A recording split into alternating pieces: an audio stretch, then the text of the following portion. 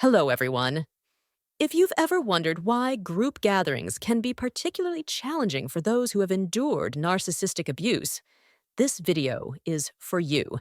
We're going to dive deep into several signs that may indicate someone is struggling with the effects of past abuse and how understanding these behaviors can help you offer better support.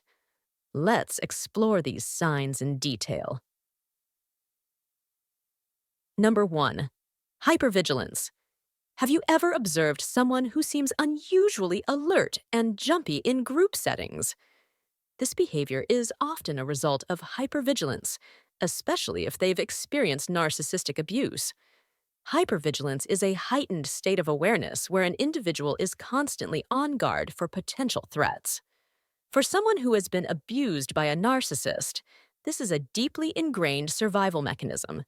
They might be continuously scanning the room, monitoring people's interactions, and interpreting facial expressions for any signs of hostility or manipulation, even when there are none. It's as if their mind remains in a perpetual state of alertness, making it difficult for them to relax and enjoy the moment. This behavior is not about paranoia, but rather a coping strategy developed from years of needing to stay vigilant to protect themselves from the unpredictable and often harmful behaviors of narcissists. If you notice someone acting this way, it could be a sign that they are still dealing with significant emotional scars. Offering them a bit of extra kindness or support could make a huge difference. Understanding this can help you respond with empathy rather than judgment. Number 2. Overly agreeable. Have you ever encountered someone who seems to agree with everything, even when it feels out of place? This could be a sign of someone recovering from narcissistic abuse. Individuals who have been subjected to such abuse often develop an intense need to please everyone around them. They might agree with others excessively, even if they secretly disagree, just to avoid conflict and fit in. You might notice them laughing at jokes they don't find funny or nodding along to conversations they don't genuinely agree with. This behavior is a coping mechanism learned from past experiences where disagreement could lead to conflict or punishment. By agreeing with everyone, they try to keep the peace and avoid further harm.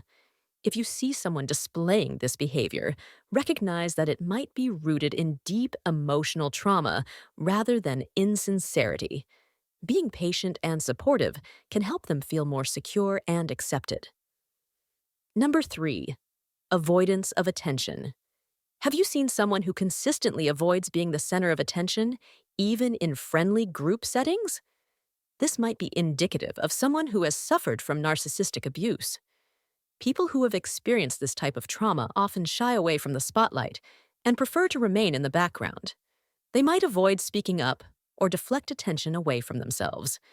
This behavior is not due to shyness or disinterest, but rather a learned survival strategy. In their past experiences, being noticed often led to criticism or punishment. Therefore, staying out of the spotlight feels safer to them. Understanding this can help you see why they might prefer to blend in rather than draw attention. It's not about lacking confidence, but about protecting themselves from potential harm. Showing understanding and respect for their preference to stay in the background can help make them feel more comfortable. Number 4. Unnatural body language.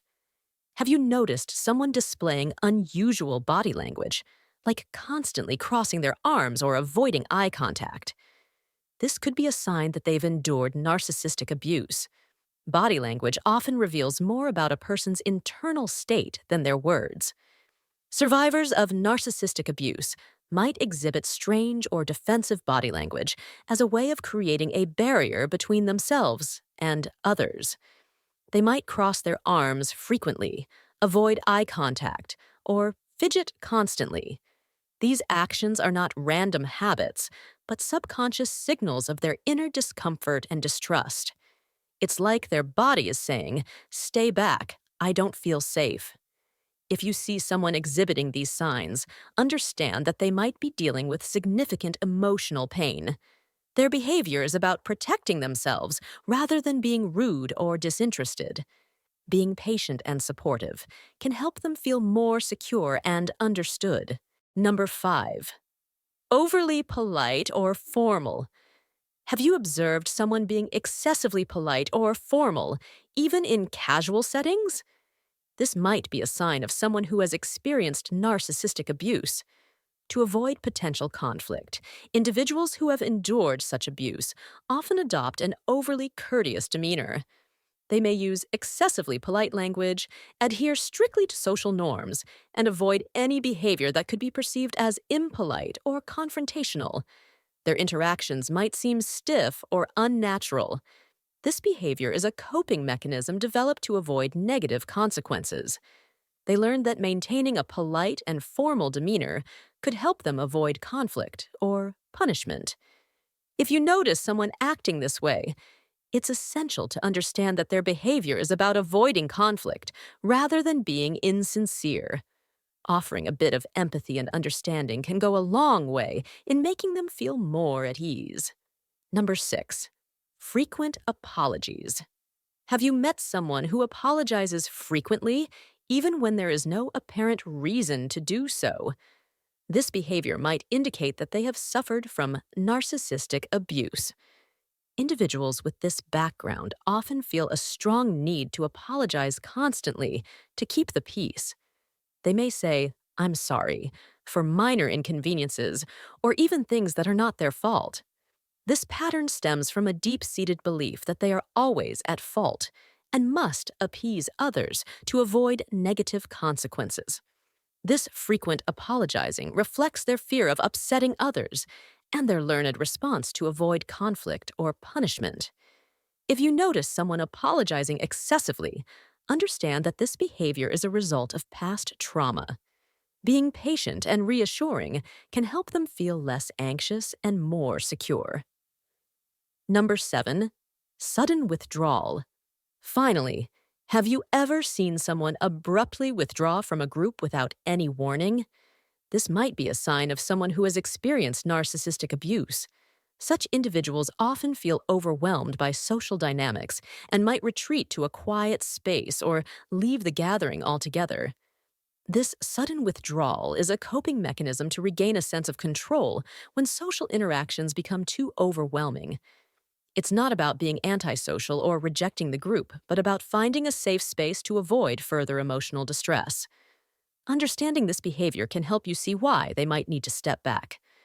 Offering them understanding and support during these moments can make a significant difference.